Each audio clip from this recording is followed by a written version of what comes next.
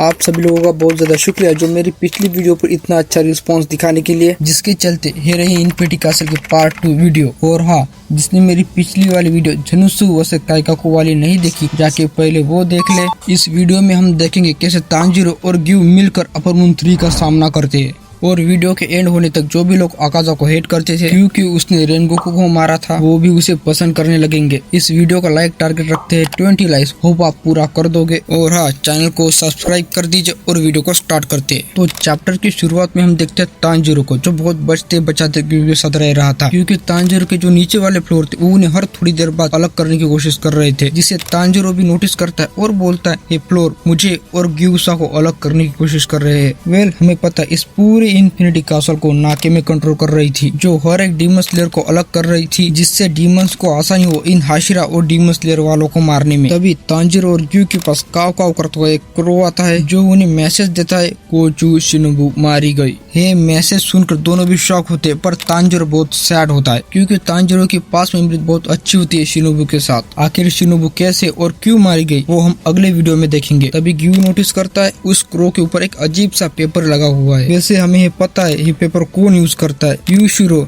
जो इसे तालिस्मान कहता है। यूशिरो ने सारे क्रोज के ऊपर तालिस्मान से मैजिक कर दिया था, जिससे ये सब क्रोज इनविजिबल होके फास्ट मैसेज पहुंचा सके। और पूरे इन्फिनिटी कासल का चप्पा चप्पा देख ले, आप कहेंगे कि इन सबको यूशिरो कंट्रोल कर रहा होगा। नहीं, इन सबको उबयाशी खानदान का बड़ा बेटा किरिया उबयाशी की कंट्रोल कर रहा था, जो इस पूरे इन्फिनिटी कासल का मैप ड्रॉ कर रहा था और बाकी सारे हाशिरास तक मैसेज भी पहुंचा रहा था। इस काम में उसकी 2 छोटे बहनें भी उसकी हेल्प कर रही थी, जिनका नाम था कनाता और कोइना। हमें किरिया बताता है उबयाशी के परिवार में कुल 7 लोग थे, जिसमें किरिया की 2 बड़ी बहनें भी थी जो उस ब्लास्ट में मारी गई थी, और उनका नाम होता है हिनाकी और निचिका। किरिया हमें बताता है उनके पिता बहुत ज्यादा स्ट्रिक्ट थे और हमें बहुत जल्दी मैच्योर करना चाहते थे, क्योंकि उनके पास भी बहुत कम समय था, इसलिए वो चाहते थे किरिया उनकी जगह ले ले। इधर कोइना और कनाता अपने इमोशन को कंट्रोल नहीं कर पाती, बट किरिया उन्हें मोटिवेट करता है, जिससे कनाता और कोइना अपने इमोशन को कंट्रोल कर वापस से ड्रॉ करने लगती है। बाहर हम देखते हैं टेंगेन और रेनगोकू के पिता शिनजिरो रेनगोकू को, जो उबयाशी की फैमिली को प्रोटेक्ट कर रहे थे और आपस में बात करते कैसे बच्चे बहुत ज्यादा मैच्योर है जो इतने बड़े फैसले ले रहे हैं, जिससे हाशिरा और पूरे डीमन स्लेयर क्रॉप को हेल्प हो जाए। और उसी के दूसरे कमरे में हम देखते उरोकोडाकी और नेजुको को। यहाँ नेजुको बहुत पेन में थी और उरोकोडाकी हमें बताता है नेजुको को एक मेडिसिन दी है, जिससे वो डीमन से ह्यूमन में कन्वर्ट हो जाएगी और मुजांग का प्लान फेल हो जाएगा सन को कॉन्करर करने का। दूसरी तरफ हम देखते तामायो को, जो मदद मांग रही होती है उस ककून से बाहर निकलने के लिए, क्योंकि उस ककून में होता है मुजान,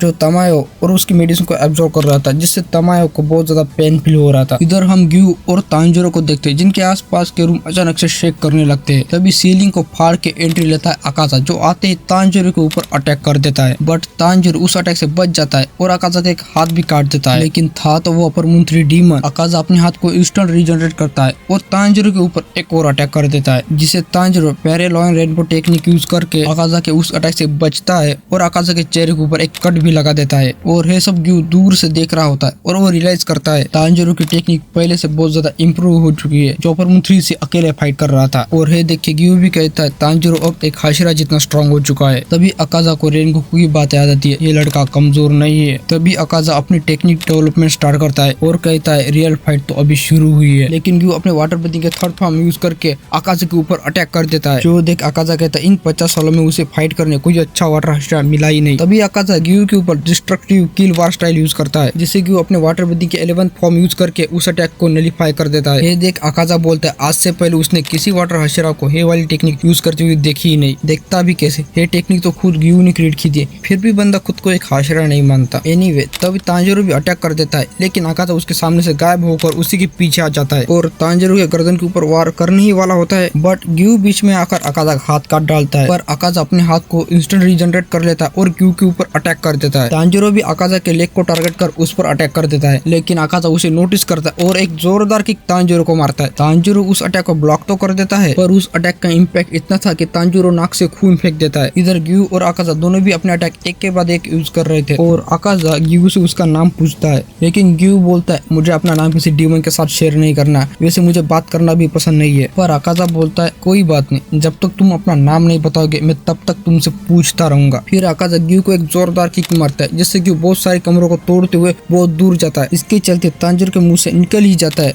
ग्यू-सा। और अकाजा बोलता है ओ तो उसका नाम ग्यू है। पर अकाजा तांजिरो के ऊपर भी अटैक कर देता है, जिससे तांजिरो दीवार में जाके गिरता है। अब तांजिरो को अकाजा यानी अपर मून 3 को अकेले संभालना था। तभी अकाजा तांजिरो की तारीफ करते हुए बोलता है, लगता है तुमने इतने कम वक्त में बहुत ज्यादा ट्रेनिंग की है। उस दिन रेनगोकू ने एक अच्छा काम किया तुम्हें बचा के। देखो तो सही, उस दिन एक वीकलिंग जैसे जमीन पे पड़े थे, लेकिन आज तुम इतने ज्यादा स्ट्रांग हो। मुझे तुम्हारी ग्रोथ देखकर बहुत खुशी हो रही है। इसके बाद जो अकाजा बोलता है, आई थिंक वो मुझे क्या किसी को पसंद नहीं आया होगा। अकाजा बोलता है, अच्छा हुआ उस दिन रेनगोकू मारा गया, नहीं तो आज भी बहुत वीक होता जैसे वो उस दिन था, बिकॉज ऑफ उसके ह्यूमंस को लेकर पर्सपेक्टिव की वजह से हमेशा ह्यूमन बन के रहना चाहता था। ये सुन के तांजिरो गुस्से से कहता है, रेनगोकू के बारे में एक भी वर्ड बोलने की हिम्मत मत करना। जिसके रिप्लाई में अकाजा बोलता है, अरे क्या हुआ, मैं तुम दोनों की बस तारीफ तो कर रहा हूँ। अकाजा के मुताबिक लॉ ऑफ नेचर ही है, जो कमजोर लोग होते उन्हें ताकतवर लोगों के हाथों मर जाना चाहिए। पर तांजिरो अकाजा के थिंकिंग को गलत है बोलते हुए कहता है, सबसे ज्यादा वीक तो न्यू बॉर्न बेबी होते, उन्हें भी तो प्रोटेक्ट करने वाला कोई चाहिए, जिससे आगे जाके वो भी स्ट्रांग बने। याद करो अकाजा, जब तुम बच्चे थे तुम्हें भी तो किसी ने प्रोटेक्ट किया था, इसीलिए तुम आज जिंदा हो। फिर तांजिरो जोर से बोलता है, ताकतवर लोगों को हमेशा कमजोर लोगों को प्रोटेक्ट करना चाहिए और वीक लोग स्ट्रांग होकर उनसे भी वीकर लोगों की मदद करनी चाहिए। ये सुनकर अकाजा को बहुत ज्यादा गुस्सा आता है, लेकिन अकाजा को समझ नहीं आता उसे गुस्सा आ क्यों रहा है, क्योंकि जो बातें तांजिरो ने की है वो तो उसके लिए बचकानी थी। लेकिन अकाजा को लगता था तांजिरो पहले बहुत वीक था, इसीलिए उससे चिढ़ होती थी, पर अब वो इतना स्ट्रांग हो गया है, फिर भी तांजिरो को देखकर उसे गुस्सा आ रहा है। तभी अकाजा के कंधे के ऊपर पीछे से कोई हाथ रखता है और जो बातें तांजिरो ने की है वही बातें उससे कर रहा होता है। जब अकाजा अपने कंधे से उस हाथ को छुड़ाता है तो वहाँ तो किसी का हाथ होता ही नहीं। तांजिरो भी ये देख के कहता है, पागल वागल हो गया जो हवा में हाथ मार रहा है। अकाजा ये देख के बहुत ज्यादा गुस्सा होता है और तांजिरो के ऊपर अटैक कर देता है, जिसे तांजिरो बहुत मुश्किल से डॉज करता है। तभी अकाजा तांजिरो के सामने आकर तांजिरो को किक मारता है, जिससे तांजिरो को बहुत ज्यादा डैमेज पहुंचता है और तांजिरो मुंह से खून फेंक देता है। इधर तांजिरो कैसे भी करके अकाजा के अटैक से बच रहा होता है और सोचता है चाहे मैं अकाजा के अटैक को प्रेडिक्ट भी कर लूं, पर उसका अटैक इतना ज्यादा स्ट्रॉन्ग और फास्ट होता है, उसका अटैक फिर भी लग जाता है। समझ नहीं आ रहा है, उसका अटैक एक कंपास जैसे काम कर रहे हैं, जो मेरे वाइटल पॉइंट पर अटैक कर मुझे इंटरनल डैमेज दे रहे हैं। तभी तांजिरो मुगेन ट्रेन वाली बातें याद करने लगता है, जिससे वो अकाजा की हुई कोई बात याद करने लगता है, जिससे अकाजा की कोई कमजोरी पता चल सके। लेकिन अकाजा तांजिरो को सोचने तक का मौका नहीं दे रहा था, वो एक के बाद एक अटैक किए जा रहा था, जिसके काउंटर में तांजिरो भी सोरिंग फ्लेम्स अटैक कर देता है, जो अकाजा डॉस तो कर देता है लेकिन उसके गले के ऊपर कट लग जाता है।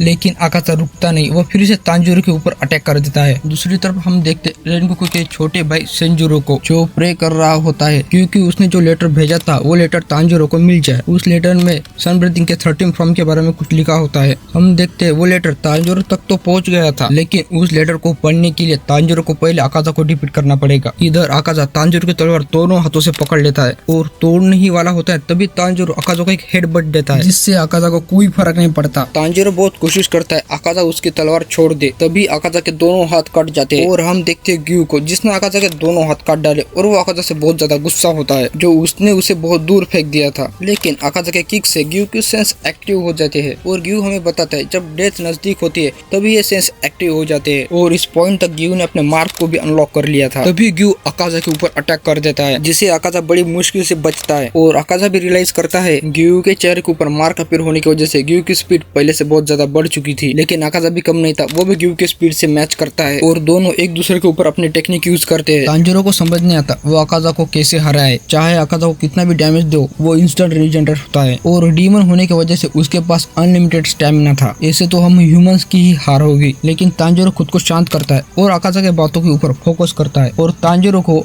इनोस्के की बात याद आती है, जहाँ इनोस्के अपनी स्किल के बारे में बताता है कि ऐसे अगर उसके पीछे से वार करेगा तो वो उसे नोटिस कर लेगा। एग्जाम्पल के लिए तांजिरो इनोस्के के राइट शोल्डर को देखता है, जिसे इनोस्के बिना देखे पहचान जाता है। बट इनोस्के बोलता है जब वो बुढ़िया खाना लेकर मेरे पीछे बैठी थी तो मुझे पता ही नहीं चला वो मेरे पीछे बैठी हुई है। तांजिरो समझ जाता है अगर किसी को मारने का इंटेंट ही नहीं हुआ तो पता ही नहीं चलेगा, पर बिना किलिंग इंटेंट के डीमन को तो मारा ही नहीं जा सकता। तांजिरो को ये बातें पहले बहुत बचकानी लगती थी, पर अब उसे सब समझ आ रहा था। इधर गियू भी बड़ी मुश्किल से आकाजा के अटैक से बचता रहता है और ये देख के तांजीरो भी गियू की मदद करने के लिए आकाजा के ऊपर अटैक कर देता है, लेकिन आकाजा भी तांजीरो की तलवार उंगलियों से पकड़ लेता है और तांजीरो से कहता है तुम्हारा पेट वाला हिस्सा खुला है तांजीरो। इस अटैक को तांजीरो बेयरली ही डॉज करता है और तांजीरो समझ जाता है आखिर कैसे आकाजा की टेक्निक काम करती है। तभी तांजीरो अपने पास्ट को याद करने लगता है, जहाँ वो अपने डैड से पूछता है आप इतने ज्यादा बीमार होने के बावजूद हिनोकामी कागुरा डांस कैसे परफॉर्म कर लेते हो? अगर ये इतना ही मुश्किल है तो अगले साल से मैं इसे परफॉर्म करूंगा। ये सुन के तांजीरो के डैड हंसते हुए कहते हैं मेरी चिंता करने के लिए थैंक्स तांजीरो। जब मैं यंग था तो हिनोकामी कागुरा डांस करना पहले मेरे लिए भी बहुत मुश्किल था, लेकिन इस डांस में से यूजलेस मूवमेंट हटाने के बाद और सही ब्रीदिंग और मूवमेंट यूज करने के बाद धीरे धीरे तुम्हारा माइंड इनविंसिबल फील करेगा, जिससे न ही तुम्हें पेन फील होगा और न ही तुम्हें थकावट महसूस होगी। तांजीरो के डैड का कहना था अगर तुम कोई काम कर रहे हो और उस काम को करते हुए यूजलेस चीजों को तुम बंद करोगे तो तुम कौन सा भी काम परफेक्टली करोगे। तभी हमें तांजीरो के पिता के मरने से पहले 10 दिन पुराना सीन दिखाया जाता है, जब उनकी हालत बहुत खराब रहती थी। एक रात तांजीरो के पिता कुछ आवाज सुनकर उठ जाते हैं और तांजीरो को भी उठाते और तांजीरो को अपने साथ बाहर ले जाते हैं। बाहर तांजीरो के डैड के सामने बहुत बड़ा खूंखार भालू खड़ा होता है, जिसे देख तांजीरो पेड़ के पीछे छुप जाता है और चिंता करने लगता है मेरे डैड एक छोटी सी कुल्हाड़ी लेकर इतने बड़े भालू का सामना कैसे करेंगे। लेकिन इधर तांजीरो के डैड इतने बीमार होने के बावजूद सीधा भालू से कहते हैं अगर तुमने एक भी कदम आगे बढ़ाया तो मुझे तुम्हारा सर धड़ से अलग करना पड़ेगा। तभी वो भालू तांजीरो के डैड के ऊपर हमला कर देता है, लेकिन तांजीरो के डैड पलक झपकते उस भालू का गला मक्खन जैसा काट डालते हैं। तांजीरो को अपने आंखों के ऊपर यकीन नहीं होता कि उसके डैड ने एक छोटी सी कुल्हाड़ी से इतने बड़े भालू को मार डाला। तांजीरो स्मेल कर पाता है उसकी डैड की स्मेल कुछ बदल चुकी है। तांजीरो कहता है मेरे डैड का तो कोई इंटेंट ही नहीं था उस भालू को मारने का, वो तो बस एक पेड़ जैसे शांत खड़े थे। उन्होंने बिना किसी यूजलेस मूवमेंट को यूज करे उस भालू का सर एक ही बार में धड़ से अलग कर दिया। तभी तांजीरो के पिता उससे कहते अभी जो तुमने देखा वो कभी भूलना मत। और तांजीरो इस चीज से बहुत ज्यादा डर जाता है और भाग के उसके डैड से वो गले मिल जाता है। फिर तांजीरो और उसके डैड भालू के सामने बैठकर भालू के आत्मा के लिए प्रे करते हैं। तांजीरो समझ जाता है उसके डैड उससे क्या बात कर रहे थे और वो जान जाता है उसके पिता ट्रांसपेरेंट वर्ल्ड के बारे में बात कर रहे थे। तांजीरो को एहसास हो जाता है उसके डैड कितने पावरफुल थे। जब आकाजा ने तांजीरो के ऊपर अटैक किया था तब तांजीरो थोड़ी देर के लिए ट्रांसपेरेंट वर्ल्ड को देख पाया था। अब तांजीरो को पता था आखिर कैसे आकाजा को हराना है। इधर गियू भी कैसे भी करके आकाजा को मारने की कोशिश करता है, लेकिन आकाजा उसे एक कट दे देता है अपने अटैक से। गियू को समझ नहीं आता आखिर आकाजा को हराए कैसे। जितने भी अटैक करूँ इसके काउंटर में आकाजा वो इससे भी पावरफुल अटैक कर देता है। इससे गियू थोड़ा डर जाता है और कहता है क्या यही होती है ताकत अपर 3 की। आकाजा भी समझ जाता है गियू ने अपने सारे मूव्स यूज कर चुका है और आकाजा गियू के अटैक से बचकर गियू की तलवार तोड़ देता है और गियू के पेट में एक मुक्का भी जड़ देता है। देखने से ऐसा लगता है जैसा हाल रेनगोकू का किया था आकाजा ने वैसा ही हाल गियू का भी हो गया है। लेकिन हम देखते आकाजा का हाथ तो कट के नीचे गिर चुका है, वो तो बस उसकी रिस्ट थी और ये सब तांजीरो ने किया था, वो भी middle of the fight. Giyu भी नोटिस करता है तांजीरो के हेयर मूवमेंट और ब्रीदिंग सब कुछ बदल चुका है। आकाजा भी तांजीरो को नोटिस करता है और उसकी बॉडी उसे चिल्ला चिल्ला के कहती है इस लड़के को अभी मार दो। तभी आकाजा अपने टेक्निक डेवलपमेंट अटैक यूज करता है जिससे गियू को बहुत ज्यादा डैमेज पहुंचता है और आकाजा गियू से कहता है मुझे पता है तुम मेरे इस अटैक से बच जाओगे, ना कि रेनगोकू और तांजीरो की तरह मारे जाओगे। गियू सोचता है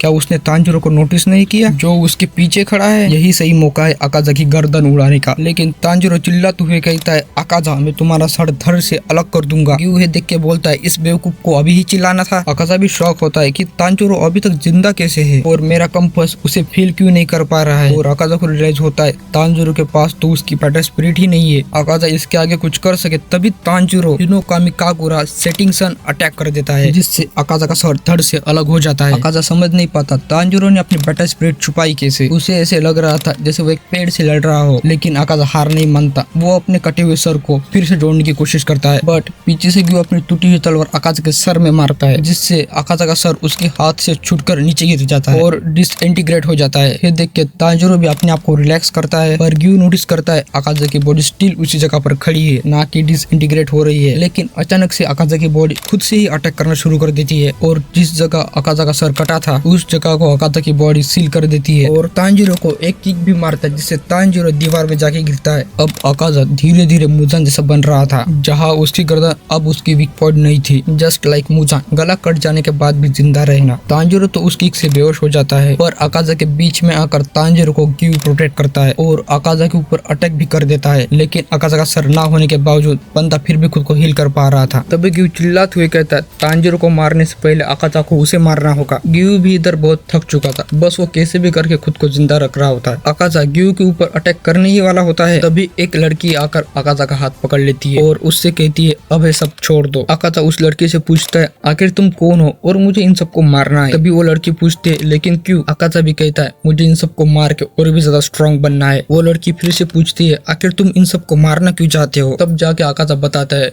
अगर मैं इन सबको मारूंगा ही नहीं तो घर जाके डैड को मेडिसिन कैसे दे पाऊंगा। फिर हमें अकाता का पास्ट दिखाया जाता है और यही से अकाता सब लोगों का फेवरेट डीमन बन जाता है। अकाता के पास्ट में हम देखते हैं अकाता को बहुत लोग उसे बहुत बुरी तरह पीट रहे होते हैं क्योंकि उसने चोरी की थी और अकाता के हाथ पर टैटू भी बनवा देते हैं जिससे पता चल सके ये लड़का चोर है। इतना सब सहने के बाद भी अकाता फिर भी हंस रहा होता है और ये सब देख के जो गाँव का मुखिया होता है वो अकाता को डीमन चाइल्ड कह के बुलाता है। अकाता वहाँ से बाहर निकल कर जा ही रहा होता है, तभी एक बूढ़ा आदमी उसके पास हाकुजी करके चिल्लाता हुआ आता है और हाँ, अकाता का ह्यूमन नेम हाकुजी था। तभी वो बूढ़ा आदमी हाकुजी से कहता है जब तुम्हारे डैड को पता चला तुम फिर से चोरी करते हुए पकड़े गए हो तो उन्हें बहुत बुरा लगा कि हाकुजी उन्हें खिलाने के लिए चोरी करता है, तो उन्होंने बेशर्मिंदगी के मारे सुसाइड कर लिया, जिसे सुन हाकुजी को बहुत बुरा लगता है। फिर हाकुजी अपने डैड के ग्रेव के पास जाता है, उसे वह उसके डैड का आखिरी लेटर मिलता है। उस लेटर में लिखा था हाकुजी मुझे माफ कर देना, मैं नहीं चाहता था तुम मेरे वजह से चोरी करो, इसलिए मैंने सुसाइड कर लिया, अब तुम अपनी लाइफ नई सिरे से शुरू करो। हाकुजी को ये पढ़कर रोना आता है और सोचता है आपने ये सब क्यों किया डैड, एक बार मुझसे बात तो कर सकते थे, सुसाइड करने की क्या जरूरत थी, मैं आपके लिए इससे 10 गुना ज्यादा मार खा सकता था, क्या आपको लगता है मैं आपके बिना जी भी सकूंगा? फिर हाकुजी अपने डैड का कहना मानकर नई लाइफ शुरू करने दूसरे गाँव जाता है, पर वहाँ भी हाकुजी अपने गुस्से के चलते वो 7 अडल्ट लोगों को बेयर हैंडली अकेला मारता है। फिर हाकुजी की पीछे से कोई तारीफ करता है कैसे एक 11 साल के बच्चे ने 7 अडल्ट को मारा है, और वो आदमी हाकुजी को अपना डोजो ज्वाइन करने का रिक्वेस्ट करता है, लेकिन हाकुजी उसे मना करते हुए उसी पर ही अटैक कर देता है और उस फाइट में वो हार जाता है, जिसके चलते हाकुजी को उसका डोजो ज्वाइन करना ही पड़ता है। फिर उस डोजो का मास्टर उसे अपना इंट्रोडक्शन देता है और कहता है मेरा नाम केइजो है और मैं इस मार्शल आर्ट डोजो को चलाता हूँ। फिर केइजो बताता है मैंने एक दिन एक बूढ़े आदमी को कुछ गुंडों से बचाया था, इसके चलते उस बूढ़े आदमी ने मुझे थैंक्स बोलते हुए उसे ये डोजो दे दिया। उस बूढ़े आदमी का आगे पीछे कोई नहीं था, इसकी वजह से उसने मुझे थैंक्स बोलते हुए ये डोजो गिफ्ट में दे दिया, लेकिन सामने वाला केनजुत्सु डोजो हमेशा मेरी और इस डोजो की बुराई करते हैं, जिसके चलते यहाँ एक भी स्टूडेंट नहीं आता और मुझे काम करने बाहर जाना पड़ता है, जिसके चलते मैं अपनी बेटी का भी ख्याल रख नहीं पाता। तभी केइजो अपनी बेटी के बारे में बताता है कैसे वो हमेशा बीमार रहती है, जिसके चलते उसके वाइफ ने तक सुसाइड कर लिया। हाकुजी भी बोलता है क्या तुम्हें सही लगता है किसी क्रिमिनल के साथ अपनी बेटी को छोड़ना? पर केइजो मुस्कुराते हुए कहता है मुझे तुम पर पूरा भरोसा है। और हम देखते हैं केइजो की बेटी को जो बहुत खूबसूरत थी, जिसका नाम होता है कोयुकी। हाकुजी को उस लड़की में अपने पिता की छवि दिखती है, कैसे वो भी हमेशा बीमार रहते थे। तभी केइजो उन्हें अकेला छोड़ काम करने बाहर चला जाता है और कोयुकी हाकुजी से पूछती है क्या तुम ठीक हो? बट हाकुजी उसे कुछ कहने की जगह उसे बस देखता रहता है। हाकुजी कोयुकी का पूरा ख्याल रख रहा होता है। कोयुकी को हर छोटे काम के लिए किसी न किसी की मदद की जरूरत पड़ती है। हाकुजी को इन सब की पहले से आदत थी, उसके लिए यह सब नॉर्मल था। तभी कोयुकी बोलती है हमारे गांव में हर साल फायरवर्क होता है, जिसे देखने तुम नहीं जाओगे? हाकुजी भी बोलता है जब तक तुम ठीक नहीं हो जाती तब तक तो नहीं, पर जब तुम ठीक हो जाओगी तो हम किसी ब्रिज के ऊपर से उस फायरवर्क को साथ में देखेंगे, इस साल नहीं तो अगले साल कभी ना कभी तो देख ही लेंगे। ये सब सुन के कोयुकी के आंखों में आंसू आते हैं और हाकुजी भी सोचता है यार मैंने कुछ गलत बोल दिया क्या, तो बीच बातों में वो रोने लगी। ऐसे करते करते हाकुजी को यहाँ 3 साल बीत जाते और हाकुजी इस घर का एक मेंबर ही बन जाता है और कोयुकी भी इस दरमियान ठीक हो जाती है। एक दिन केइजो हाकुजी को बुलाता है और कोयुकी से शादी करने का प्रपोजल रखता है। ये इतना सडन डिसीजन था, हाकुजी और कोयुकी दोनों समझ ही नहीं पाते। हाकुजी को भी समझ नहीं आता मेरे जैसे क्रिमिनल का भी एक अच्छा फ्यूचर हो सकता है। तभी हाकुजी को अपने डैड की बातें याद आती है, कैसे वो अपनी लाइफ अच्छे से जी सकता है। हाकुजी झुक के उस प्रपोजल को एक्सेप्ट कर लेता है। अब हाकुजी का एक ही गोल था, मास्टर और उनकी बेटी को प्रोटेक्ट करना। तभी हाकुजी अपने डैड के ग्रेव के पास जाता है और वो बताता है कैसे उसकी लाइफ अब सही रास्ते पर चल रही है। हाकुजी को घर आते आते शाम हो जाती है। तभी कोई आके उसे बताता है उसके डोजो में जो कुआं था उसमें किसी ने पॉइजन मिला दिया था, जिससे मास्टर और उनकी बेटी की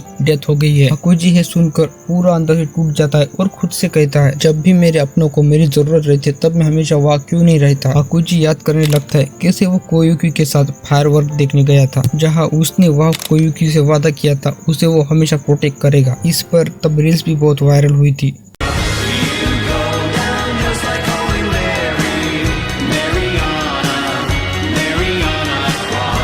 लेकिन जब हाकुजी को पता चलता है ये सब उसके सामने वाले केनजुत्सु डोजो वालों ने किया है तो वो बहुत ज्यादा गुस्सा होता है और उस रात हाकुजी केनजुत्सु डोजो में 67 लोग थे, उन्हें वो बेयर हैंडली मतलब अपने फिस्ट से मार डालता है। ये क्राइम इतना गुस्सम होता है, जिस मेड ने ये सब होते हुए देखा होता है वो मेड पागल हो चुकी थी और जो उस गाँव का मुखिया था उसने इस क्राइम के सारे सबूत मिटा डाले थे, जिससे लोगों को अफवाह के अलावा ही कुछ न लगे। ये सब सुन के मुजान हाकुजी तक पहुँचता है और बिना किसी देरी के मुजान अपना हाथ हाकुजी के सर के आर पार कर देता है, जिससे हाकुजी बन जाता है आकाजा। आकाजा भी अपने पास्ट को याद कर बहुत बुरा फील करता है। जो टेक्निक उसके मास्टर ने दूसरों को प्रोटेक्ट करने के लिए सिखाई थी उसी टेक्निक से उसने बहुत मासूम लोगों की जान ली। इधर तांजिरो भी अब होश में आने लगता है और वो देखता है आकाजा अपने सिर को रीजनरेट कर रहा था। आकाजा अपने अटैक के लिए स्टैंड लेता है, लेकिन तांजिरो बिना कुछ सोचे आकाजा के ऊपर हमला कर देता है। लेकिन तांजिरो के पास तो इतनी स्ट्रेंथ ही नहीं थी कि वो अपनी स्वॉर्ड को भी संभाल पाए। तांजिरो के हाथ से उसकी तलवार छूट जाती है। अब तांजिरो को लगता है अब क्या करे, लेकिन तांजिरो बिना कुछ सोचे आकाजा के चेहरे के ऊपर पंच कर देता है और इस पंच से आकाजा को याद आता है आखिर क्यों वो इतना हेट करता है वीक लोगों से। आकाजा को लगता था जो वीक लोग होते वो कभी फेस टू फेस लड़ाई करते ही नहीं, उन्हें तो बस पॉइजन देके लोगों को मारना आता है, जैसे उन्होंने मेरे मास्टर को मारा था।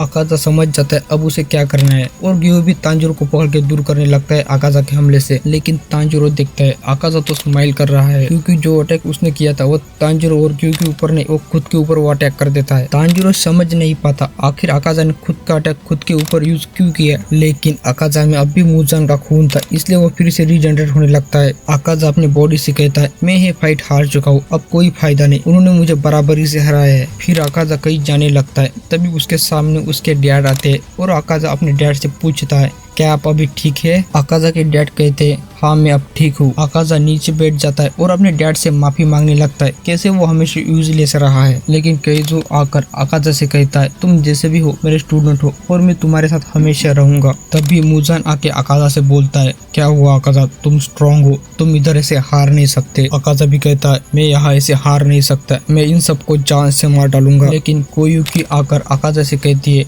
हाकुजी सा अब बहुत हुआ, इट्स ओके। आकाजा भी हाकुजी में ट्रांसफर होने लगता है और कोयुकी उसे गले मिलता है और उससे माफी मांगता है कि वो उसे प्रोटेक्ट नहीं कर पाया, मुझे माफ कर दो। कोयुकी भी बोलती है मैंने आपको कब का माफ कर दिया, अब आपको सब याद आ गया है तो हम यहाँ से चलते हैं। ऐसा कर हाकुजी और कोयुकी के साथ उसके मास्टर और हाकुजी के डैड सब हेल में चले जाते हैं। इधर आकाजा जैसे कोयुकी से गले मिला था उसी पोज में डिसइंटीग्रेट हो जाता है। इधर तांजिरो भी बोलता है अब ये सब खत्म हुआ और वो बेहोश हो जाता है। गियू भी खुद को संभालता है लेकिन वो भी बेहोश हो जाता है। ये खबर पूरे इन्फिनिटी कासल में फैल जाती है। तांजिरो और गियू ने मिलकर अपर मंत्री को डिफीट कर दिया। कोकोशुबो और डोमा भी सेंस करते आकाजा की प्रेजेंस अचानक से गायब हो चुकी है, इसका मतलब आकाजा मारा गया। इधर डोमा भी हंसते हुए बोलता है अगर आकाजा ऐसे मर ही गया तो इसमें मैं क्या कर सकता हूँ। तभी डोमा अपने सामने वाली खड़ी हुई लड़की से उसका नाम पूछता है, जिसकी रिप्लाई में वो लड़की अपना नाम कनाओ बताती है। वेल आज के लिए बस इतना ही। आखिर कनाओ डोमा तक पहुंची कैसे और वो इतनी ज्यादा घायल क्यों है, वो हम अगले वीडियो में देखेंगे। Thanks for watching my video. तो मिलते हैं नेक्स्ट वीडियो में,